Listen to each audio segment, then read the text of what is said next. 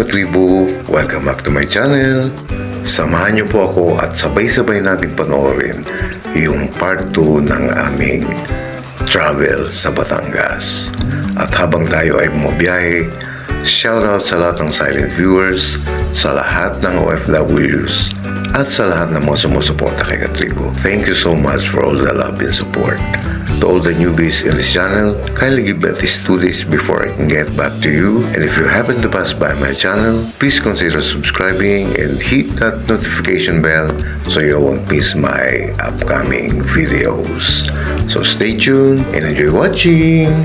Ayan, nandito na po tayo sa bahay ng aming tito and tita.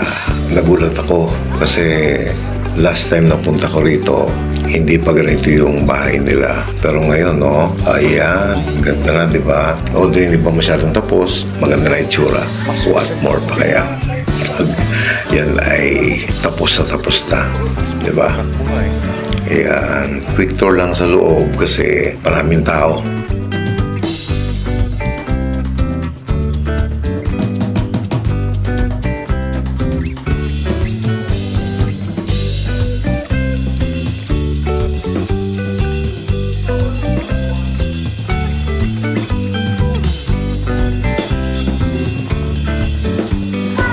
Iniwasan ko yung walang tao doon.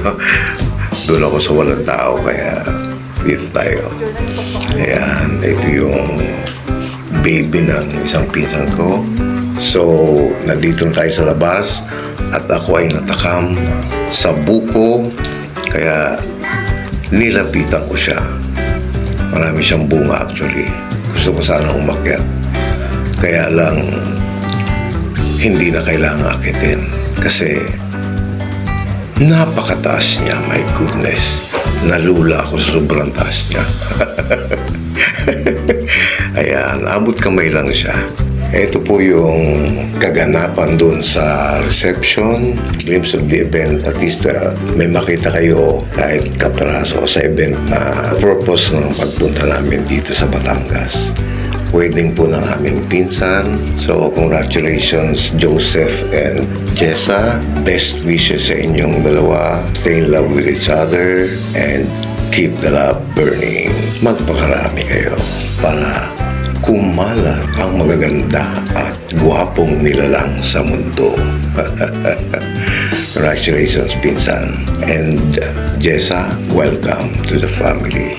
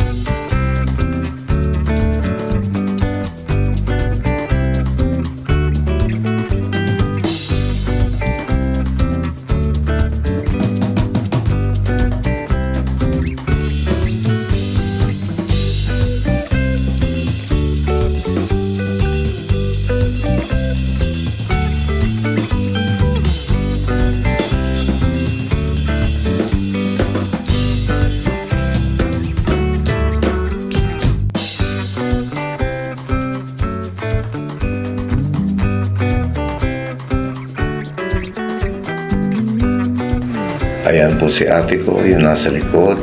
Itong nasa harap si Leslie, ito si Ate Ule, tsaka si Inay.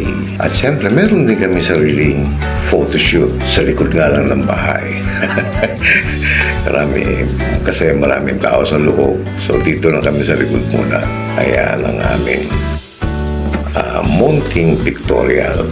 Ayan, si Ate, ako, tsaka si Karancho Mix TV. So, time to say goodbye at kami ay babiyahin na pabalik.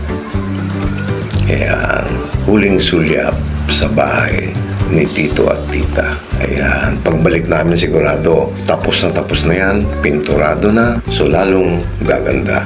Actually, nakakabitin yung punta dito kasi one day tsaka overnight lang, bihira kami magkita-kita. So, bitin sa kwentuhan, bitin sa balitaan, yung bang masaya pero bitin sa saya. So, kami po ay pabiyahe na, pabalik ng Maynila. Ang kagandahan ng biyahe namin pabalik dahil ihahatid kami ng aming pinsan si Marlon. Kasi nung nagpunta kami rito, nag-commute lang kami. So ngayon, dire-diretso lang kami ng Antipolo to.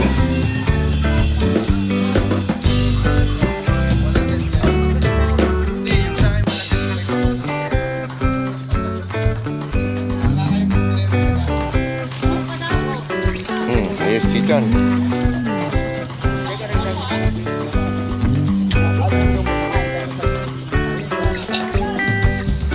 Okay lang, basta may 20 ka mo. Okay lang.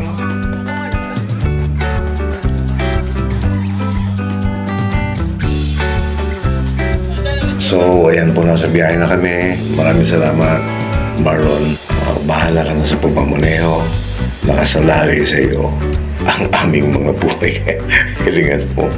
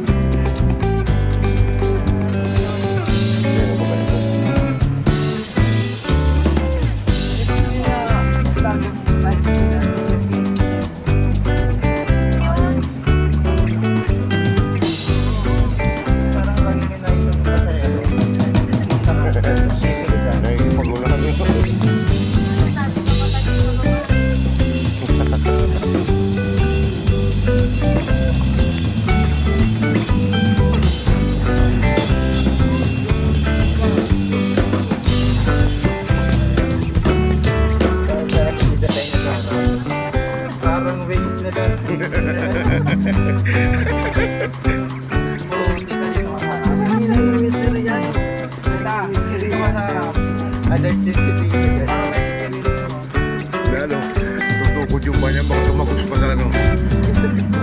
Baka straight yung pa niya.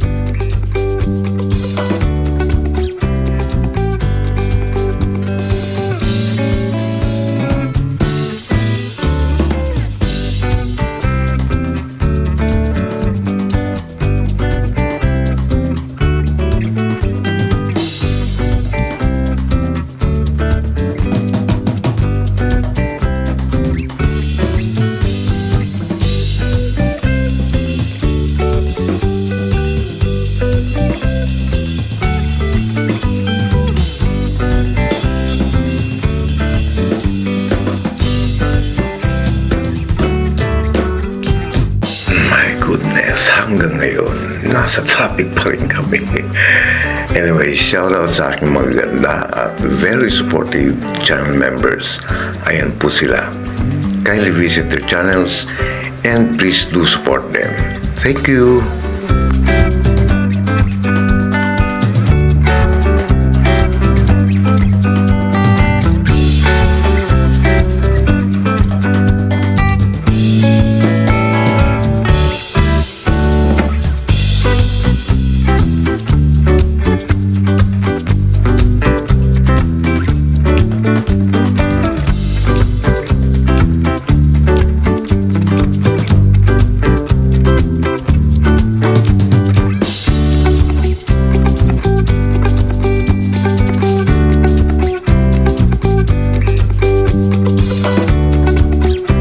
So, that's it for today mga katribo.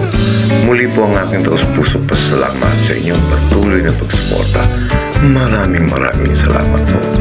Mag-iingat po tayong palagi sa ating pang-araw-araw na makikipagsapalaran sa buhay para sa ating mga pamilya. God bless us all and see you in my next video. Woo!